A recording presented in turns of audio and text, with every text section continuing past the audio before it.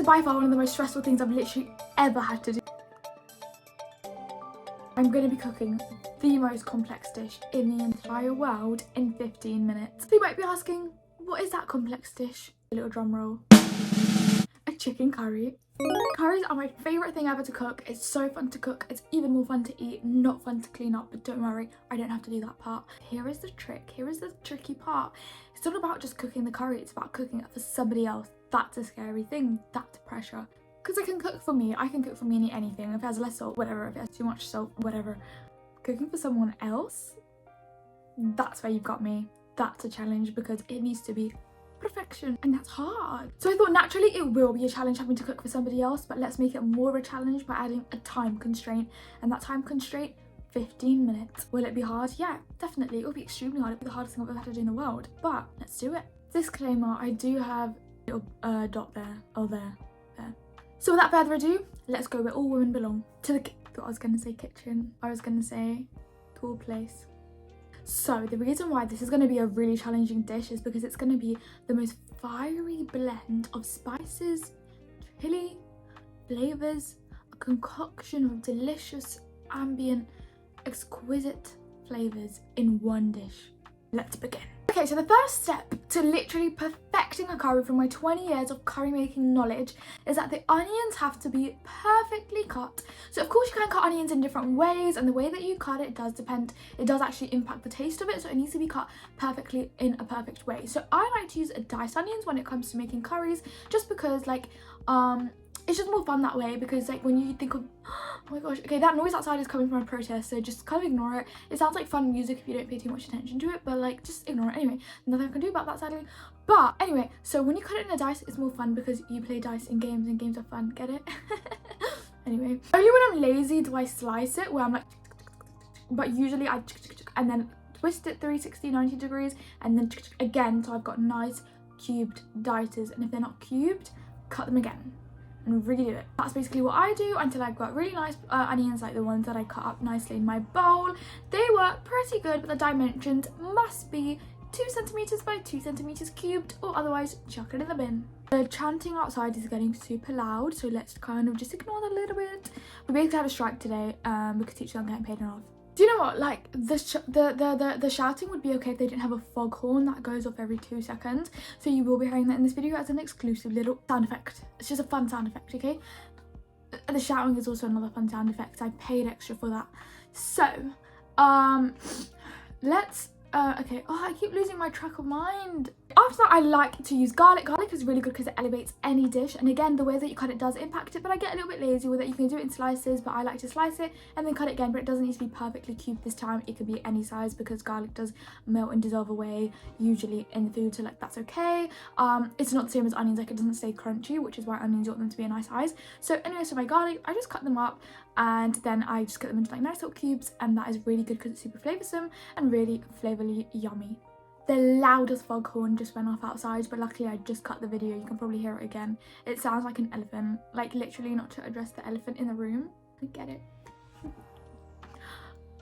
Yeah. After that, I love to season my chicken. So when I season my chicken, I like to add everything in my cupboard, everything. Because when you want chicken, you think of colour. White chicken is not good chicken. Good chicken is coloured chicken. How do we colour chicken? Naturally, we use turmeric, curry powder, paprika, pepper, anything that has colour. Basically, pretty much. Then you have curry powder. Curry powder is really good because it's got a mix of everything, but I don't marinate my chicken with that. I add that in. So of course there are certain rules and you must follow the neat rules in order to make a really good curry. That's what I do, basically, yeah. My course mates are being really rude because they're sending me homework right now and I don't want to do it right now, so I'm just going to ignore that. Anyway, the next step is we need to caramelize and saute. To make my day even worse, our toilet flush broke, so I just peed and I can't even flush it. And because they're striking today, they can't fix it either. So that's my day today. How's yours day? Anyway, caramelized, soft, delicious onions. How do we do that? Because that makes the base to any good curry. We do that by softening it, but our secret ingredient is salt and lots of oil, and then lots more oil. These are brilliant because they work together to create a chemical concoction which breaks down the onion molecules and softens it, so it's delicious. So you might be asking, how do I get my onions to be so caramelized? Well, I just told you, rewind it 10 seconds, what the hell. And why do we need caramelized soft onions? Well, we need caramelized soft onions because that gives flavour and the base to the chicken, which makes it really tasty and delicious. I didn't mean for today to be a controversial video because I wasn't about to do that, but I woke up this morning and I chose violence, so this is going to be a controversial video. And I want to know, do you guys wash your chicken? Do you wash it or not wash it? Which side are you on? Some people say, don't wash it, that's more salmonella you're spreading. Other people say, wash it, otherwise that's salmonella you're spreading. So either way, you're going to get salmonella, so which way do we want to get it? That's what I want to know. Thanks. And if you're asking me specifically if I wash my chicken, I do, primarily because most of the time it's like frozen, so the water like molecules are hot and the kinetic energy goes inside the chicken to heat it up and enliven it again so it's thawed.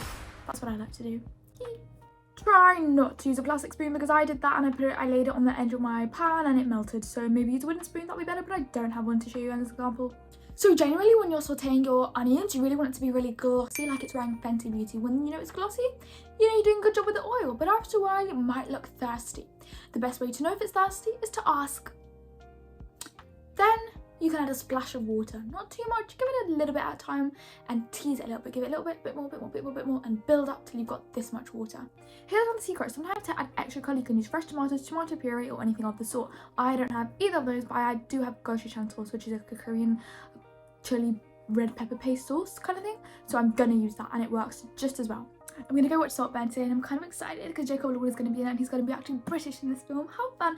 A lot of people said that it is quite an artistically disturbing film, but you know what, I'm an artist and you know what else I am? Disturbing. So it'll be fun. A habit I do quite often is I cut up my onions and I add it in like normal, and I cut up my garlic and I add it in later, but I forget to add it because I just put it aside and it sits in its corner quietly and I completely forget about it and neglect my garlic. So don't do that. Add your garlic in, that's what I did, but I usually do it like after the onion softened a little bit and it's gotten used to the temperature of the water. It does get a little bit territorial, but it's okay, slowly, gradually introducing the garlic and then they'll be friends. My favourite part about garlic is afterwards you're just going about your day normally, doing normal things, shaking hands with people, and then you go and you're like, my hand smells of garlic, and there's nothing you can do to get rid of the smell. Like garlic is like a ghost, it lingers and it haunts you, and even in the middle of the night you'll be like that's how garlic is, it's a ghost. So after that, it's really important to let the chicken simmer. Put it on low heat and let it simmer for at least 15 minutes, but do keep stirring it because you don't want the onions to get stuck to the bottom. If that happens, it is bad, not good. So just keep stirring it to ensure that that doesn't happen, and if you follow my instructions properly, you'll be Gucci. As the onions are like semi-soft, where they're like see-through, you can literally look through them like a magnifying glass, then you can add in your chicken. So I added mine in piece by piece nicely on one side, and then you can add any vegetable of choice. Usually people add things like cabbage, peppers, broccoli, potatoes, but I decided to spice it up a little bit and add carrots. Carrots are really nice because when they get soft and they soak in the spicy flavour after they bathe in it, they start to have a really nice flavour because it goes through because of osmosis, and it's just fun. So yeah, carrots are cool and kind of quirky, so you can add in some if you wish. You can add broccoli if you want, you can add Brussels sprouts, any vegetable you want. Even if you want to add fish, that's fine, but I wouldn't recommend that. So I put the heat up a little bit, leave it on 4, gas mark 4. I don't know what that would be in like degrees, but maybe like 180 degrees or 200 degrees, whatever. And then I leave it at that and I let it just simmer, toil, trouble and bubble.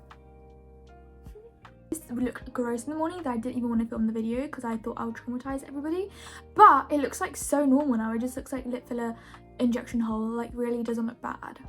So this is the fun part of making the curry, where you just sit back, relax, put your feet up, but when you're running on a time constraint, it's a little bit stressful. So I don't know how we're doing with time, but I know I need to hurry up. Okay, so when one side of the chicken is done, you'll kind of know because bubbles will start to form, and you'll also be like, crap, I left it on that side for about 3 minutes. I need to change it. So then when your instinct just tells you to do that, you build up this cooking instinct after a while, after years of cooking like me, then you switch the chicken over. You can get tongs, you can use your fingers, you can use chopsticks, whatever. You can use someone else's hand and turn the chicken over. Then leave it, sit back, relax, use a lid if you want. I don't always use a lid because I just CBA, but it would probably speed up the process if you wanted to do that. And if you don't want to do that, that is also totally okay. This is a safe space, we are not gonna judge, okay?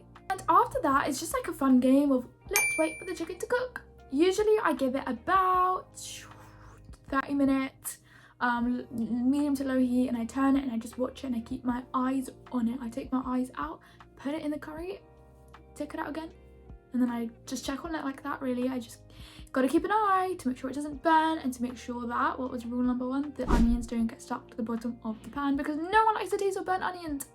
So generally, the main aim of the game when you're cooking a curry is you want all the water to evaporate, so you're left with the onions without letting the onions burn and without there being too less water.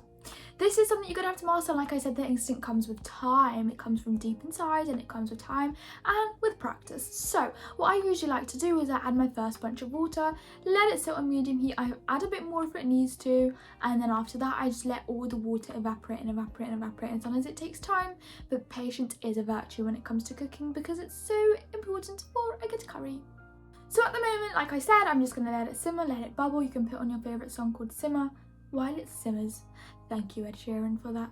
So after about 25 minutes, it's in like edible condition, so you can eat it. But like I said, I like for all the water to evaporate, because that way it completely has just the onion soaked up flavoured spice flavour to it, and it's actually like a lot better than eating it when it's waterier, so it's really worth the wait. Then that's it pretty much. You can let it simmer on low heat, but if you're happy with it and you're done with it and you've turned the chickens around enough times where you can guarantee that it's fully cooked, then you're Gucci, you're good to go. At the end, you can top it off with some cilantro, but I don't have any, so instead, here's a little quick tip. I use some dried parsley flakes. Is it a better option? Not really. But is it the only option? Yeah, it is. You can also add red chili flakes if you want, but I'm going to do that tomorrow when I serve it up properly. So like I said, I hope she likes it. The person that I'm making for, which is my friend who's coming to see me tomorrow, like I already said, so if you're going to see her reaction, then watch that video. Hopefully she loves it. That's all for today. I did very, very well time-wise, and I made it all within 15 minutes, which is perfecto. And like I said, not only am I a brilliant chef, I'm also punctual. If you want to learn how to be cool, a brilliant chef, punctual and cool as well, carry on watching my videos. If not, I will see you tomorrow. Curry looks really good, if I can say so myself. Like, I actually want to eat it right now, but I can't. So we've now reached the end of the video.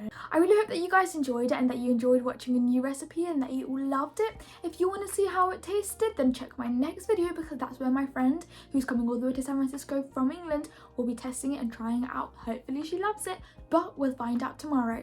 So don't forget, like, subscribe, share, and I'll see you in my next video. Try out this recipe, let me know in the comments how it was, and don't poison anybody with salmonella.